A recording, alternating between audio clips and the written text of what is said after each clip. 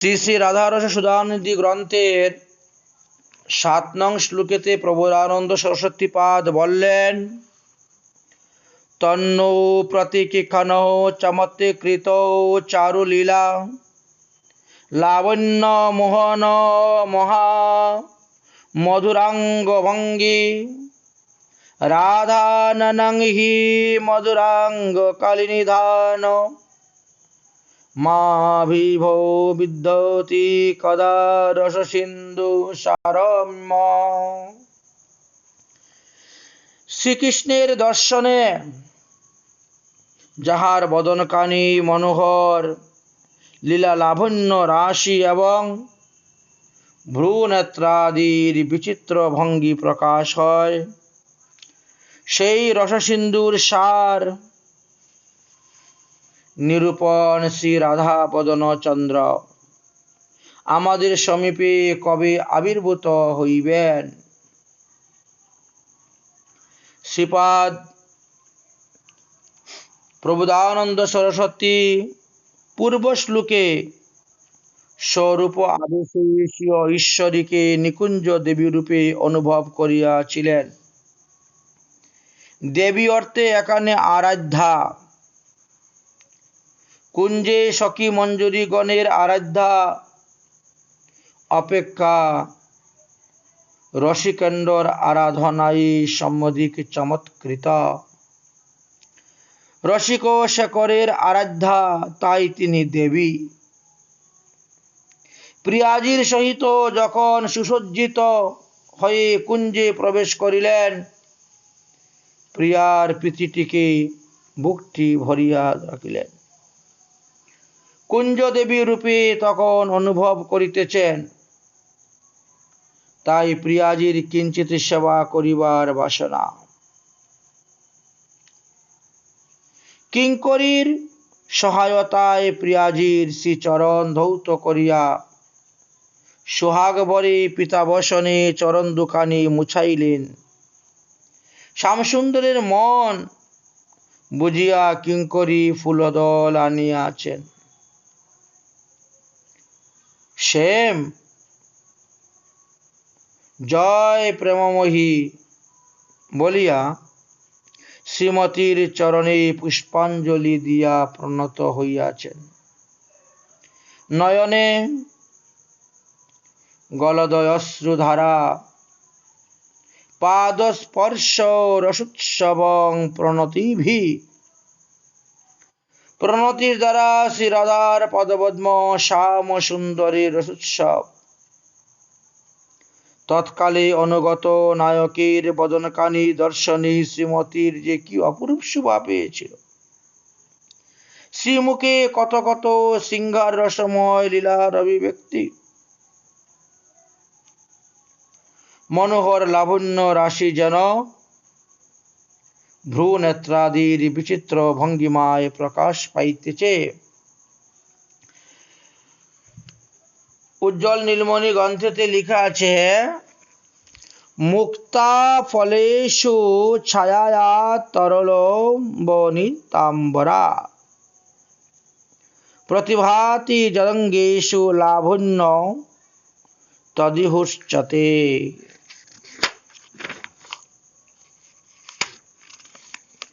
মুক্তার ভিতর হইতে যেমন এক প্রকার কান্তি বা ছটা নির্গত হয়, যদি অঙ্গ প্রত্যঙ্গ হইতে তদ্রূপ কান্তি বা ছটা নির্গত হয়, তবে তাহাকে লাবণ্য বলা হয়ে থাকে। শ্রীমতীর মুখছবি হইতে টলটল কান্তিধারা নির্গত হইতেছে।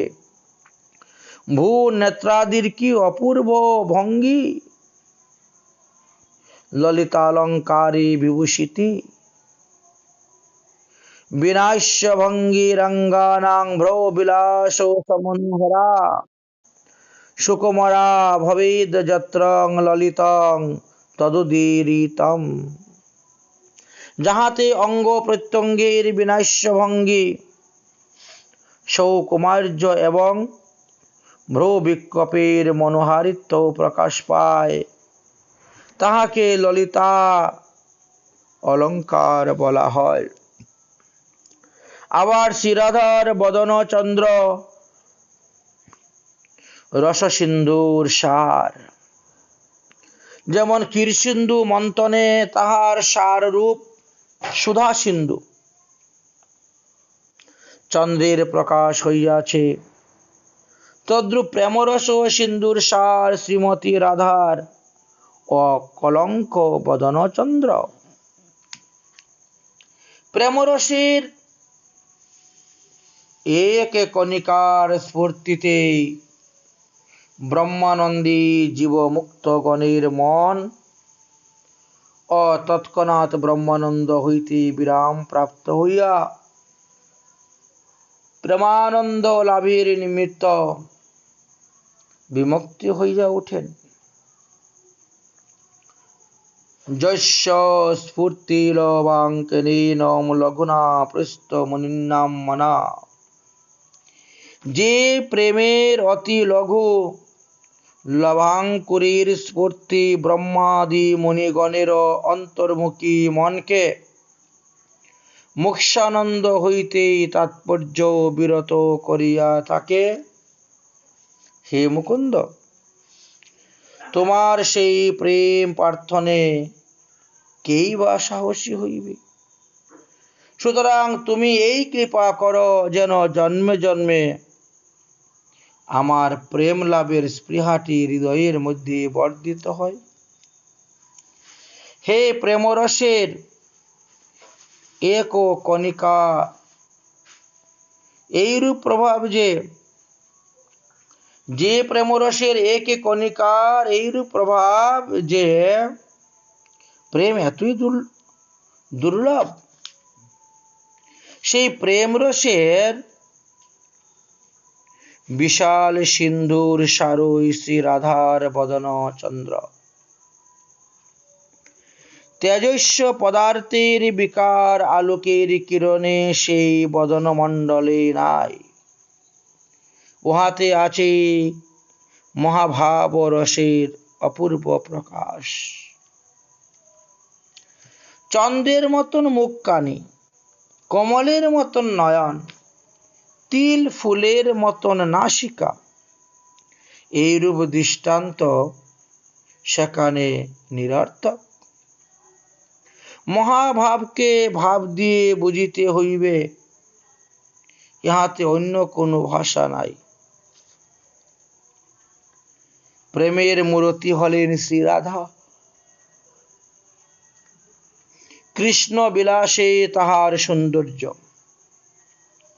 সেই সৌন্দর্য সকল সৌন্দর্যের সার। শ্রী রাধার কৃপায় ভক্তের অন্তরে যখন বিশুদ্ধ সত্যের উদ্বেগ হয়, তখনই স্বপ্রকাশ সেই রূপের যৎকিঞ্চিত অনুভব লাভ করিতে পারে। কবু সম্ভবত এই অভিপ্রায়টি ব্যক্ত করার জন্য রসসিন্ধু সারম্য বলা হইয়াছে এই শ্লোকে। কারণ বিশুদ্ধ সত্যের আবির্ভাব ব্যতীত চিন্ময় রসের আস্বাদন সম্ভবপর নয়। সেই বদন চন্দ্র মধুরা অঙ্গ কলা নিধানম, অর্থাৎ নিষ্কলঙ্ক চন্দ্র। বিশ্বের চন্দ্রের ন্যায় কোনো কলঙ্কের গ্লানি বা কলা রাসের গ্লানি শ্রীরাধার বদন চন্দ্রে নাই। স্ফূর্তির বিরামে সাধক আবেশে বললেন, সেই বদন চন্দ্র কি আমাদের সম্মুখে আবির্ভাব হইবেন? অথবা নিম্নোক্ত প্রকারে শ্লোকটির ব্যাখ্যা মাধুর্য আস্বাদন করা যাইতে পারে। যাহার লীলা লাবণ্য প্রতিক্ষণে চমৎকার এবং মনোহর, সেই ভুবন মোহন শ্যাম সুন্দরের মধুরাঙ্গের ত্রিভঙ্গ ভঙ্গিমাকারী, মধুরাঙ্গের কলানিধি এবং রসসিন্ধুর সার শ্রী রাধার বদন চন্দ্র যেন আমাদের নয়ন গোচর হোক। কিঙ্করী রূপে শ্রীপাদ প্রবোধানন্দ সরস্বতী শ্যাম সুন্দর কর্তৃক নিকুঞ্জ দেবীর আরাধনার দর্শনের অনুভব করিয়াছেন। শ্যাম সুন্দরের লীলা লাবণ্য ক্ষণে ক্ষণে অতি উত্তম। ইহাদের নয়নে শ্যাম সুন্দরের লীলার সর্বাধিক চমৎকারিতা তখনই প্রকাশিত হয় যে লীলায় তিনি শ্রীমতীর একান্ত অধীন হইয়া থাকেন। মাধুর্য মূরতি শ্রীকৃষ্ণের সব লীলাই মধুর, কিন্তু রাধার সহিত তাহার যে সিংহার রসময় লীলা, ইহাতে লীলা শক্তির উপর অধিক সুরক্ষিত। আবার শ্রী রাধার একান্তে বশ্যতাময়ী যে সিংহার লীলা, তাহা দর্শনে কিঙ্করীদের প্রেম মন্দাকিনী শতমুখী হয়ে ঊর্ধ্বে চলে আসেন। তরঙ্গের পর তরঙ্গ তুলতে তুলতে অসীমের দিকে প্রবাহিত হইতে থাকেন। ক্ষণে ক্ষণে সেই লীলার কত চমৎকারিতা! তাই বলিতেছি, প্রতিক্ষণে চমৎকৃত চারুলীলা লাবণ্য যার, শ্রী রাধার বদন চন্দ্র সেই মদন মোহনের মহামধুর রঙ্গের ত্রিভঙ্গ ভঙ্গিমাকারী শ্যাম। ত্রিভঙ্গ কেন? রাধার বদন মাধুরী দর্শনে বিমোহিত হইয়া ঈশ্বরের ঘাগরার প্রান্তদেশে স্পর্শের জন্য তিনি ত্রিভঙ্গ ভঙ্গিমা ঠামে বাম দিকে ঈষৎ নমিত, নয়নাপাঙ্গন ঈষদ বক্রভূত, যেন রাধার মাধুরী আস্বাদন ভার সহ্য করিতে না পারিয়া গোবিন্দ ত্রিভঙ্গ হয়ে গেছেন। সেই অঙ্গভঙ্গি মহামধুর বা পরমাসাধ্য, কিন্তু আস্বাদনটি ভক্তির প্রেম অনুরূপ হইয়া থাকে। আমার মাধুর্য নিত্য নব নব হয়, স্ব প্রেম অনুরূপ ভক্ত আস্বাদয়। যে ভক্ত যে রসের ভজন করেন তিনি সেইভাবেই আস্বাদিত হয়ে থাকেন। শ্রী রাধারানীর পরম মহান প্রেম মাধুর্য আস্বাদনের চরমতা আমরা আস্বাদন করিতেছি। তিনি তাহার অন্যান্য সাধারণ মদনাক্য প্রেম দ্বারা শ্রীকৃষ্ণকে নিত্য নব নবায়মান মাধুর্য নিরতিশয় রূপে আস্বাদন করান। এই প্রেম দ্বারে নিত্য শ্রীরাধিকা একালী আমার মাধুর্য মৃত আস্বাদন করিতেছে। রাধা প্রেম এবং কৃষ্ণ মাধুর্য পরস্পরকে স্পষ্ট করিয়া উভয়েই নিরতিশয় রূপে বর্ধিত হইতে থাকে। গোপী প্রেম করে কৃষ্ণ মাধুর্যের পুষ্টি, মাধুর্য বাড়ায় প্রেম হইয়া মহাতুষ্টি। সখী মঞ্জুরিগণ শ্রী যুগল কিশোরের এই প্রকার নিয়ত বর্ধমান মাধুর্যের আস্বাদন ভোগ করেন। তাই বলিয়াছেন, রাধার দর্শনে ত্রিভঙ্গর মাধুর্য মুরলীখানি মধুর, সুতরাং মহামধুর। মধুরং মধুরং বপুরস্য বিভু মধুরং মধুরং বদনম মধুরম মধুগন্তি মৃগস্মৃতম এতদ্দজ্জে মধুকং মধুকং মধুকং মধু মধুরং মধুরং মধুরং মধু। শ্রীকৃষ্ণের মূর্তি তো মধুর, শ্রীকৃষ্ণের মুখও মধুর, শ্রীমুখের হাসি নাগর আদির মধুর, মধুরাপি মধুর। তাই সুন্দর, সুন্দরের সবই সুন্দর, মধুরের সবটুকু অংশই মধুর। মধুরাতি পথে অখিলম মধুরম। শ্রী রাধার সান্নিধ্যে এতাদৃশ্য মাধুর্য বিকাশ পাচ্ছে। আবার রাধা রাধায়ননং হি মধুরাঙ্গ কলা নিধানম। শ্রী রাধার বদন শ্রীকৃষ্ণের মধুরাঙ্গের কলা নিধান, অর্থাৎ শ্রী বিগ্রহের কাম বিবর্তক। কাম গায়ত্রী মন্ত্রের সার্ধ 24 অর্থাৎ 24.5 অক্ষর।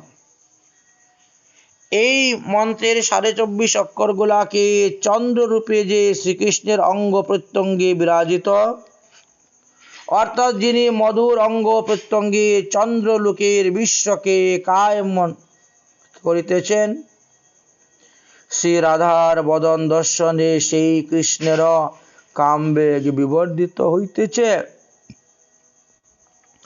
কাম গায়ত্রী মন্ত্র বপু হয় কৃষ্ণের স্বরূপ, 24.5 অক্ষর তাহা হয়। সেই অক্ষর চন্দ্র হয়, কৃষ্ণে করি উদয়, ত্রিজগৎ কইল কামময়। সখী হে, কৃষ্ণ মুখ দ্বিজরাজ রাজ। কৃষ্ণ বপু সিংহাসনে বসাইয়াছেন রাজ্য শাসনে, সঙ্গে করি চাঁদের সমাজ। এই চাঁদের বড় নাট, পাশরি চাঁদের হাট, বিনামূল্যে বিকাই নিজামৃত।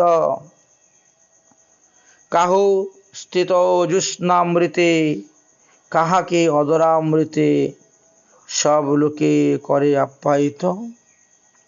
বিপুল আয়তারুণ মদন মদন ঘন,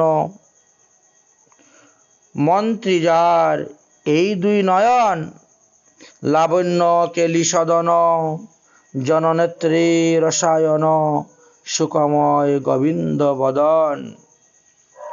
আবার চন্দ্রের উপরে যেমন সিন্দুর তরঙ্গাবলী উচ্চলিত হইয়া উঠে, তদ্রূপ শ্রী রাধার বদন চন্দ্র দর্শনে অপ্রাকৃত নবীন বদনের কামসিন্ধু তরঙ্গাম্বিত হইয়া উঠিতেছে। লীলাক্ষেত্রে সিদ্ধস্বরূপে ওই মাধুর্যের অনুভূতিটি প্রাপ্ত হইয়া স্ফূর্তির বিরামে সাধক আবেশে গ্রন্থকার প্রার্থনা করিতেছেন, সেই রূপ রাধার বদন চন্দ্র আমরা কবে দেখতে পাইব? অভিপ্রায় এই যে, প্রিয়াজির বদন চন্দ্র দর্শনে শ্রীকৃষ্ণের অন্তরে বিলাস বা বাসনা বর্ধিত হইয়া উঠেছিল। তখন বিলাসী যুগলের প্রবর্ধমান লীলা মাধুরী, রূপমাধুরী, প্রেম মাধুরী আস্বাদনের সহিত সাবিষ্ট সেবা লাভ করিয়া করেন ধন্যাতি ধন্য। ইহাই প্রার্থনার ধীর রহস্য ছিল এই শ্লোকে। আমাদের সমীপে এইরূপ উক্তির দ্বারা বিশ্বের যুগল রস সাধক সকলকে এই মহা সৌভাগ্যবান বলে উল্লেখ করা যায়। ইহাদিকের প্রতি এই প্রকার ধীর আশীর্বাদ দানে শ্রীপাদ মহাকারুণ্য ও সূচিত হইয়াছেন। শ্রীরাধার বদন চাঁদ সুচন্দ্র করিয়া ধাম, লীলার লাবণ্য নিকেতন, মধুরাঙ্গ মুহুৎসলা, অলঙ্ক অকলঙ্ক সুরকলা, সুধানিধি সুকদ মদন, মধুর মোহন ভাবা, মধুর মোহন মহা মধুরাঙ্গ ভঙ্গি তাহা, নিমেষে নিমেষে অভিনব, অনুক্ষণ চমৎকৃত চারুলীলা অদ্ভুত, দর্শনে মুগ্ধ মাধব। বনে শ্রী প্রবোধানন্দ, হে ভানু কুলচন্দ্র, কুঞ্জেশ্বরী এই নিবেদনে, হায় হায় আমার কবে ভাগ্য কি উদয় হইবে, চন্দ্রকোটি চারু সেই আননে।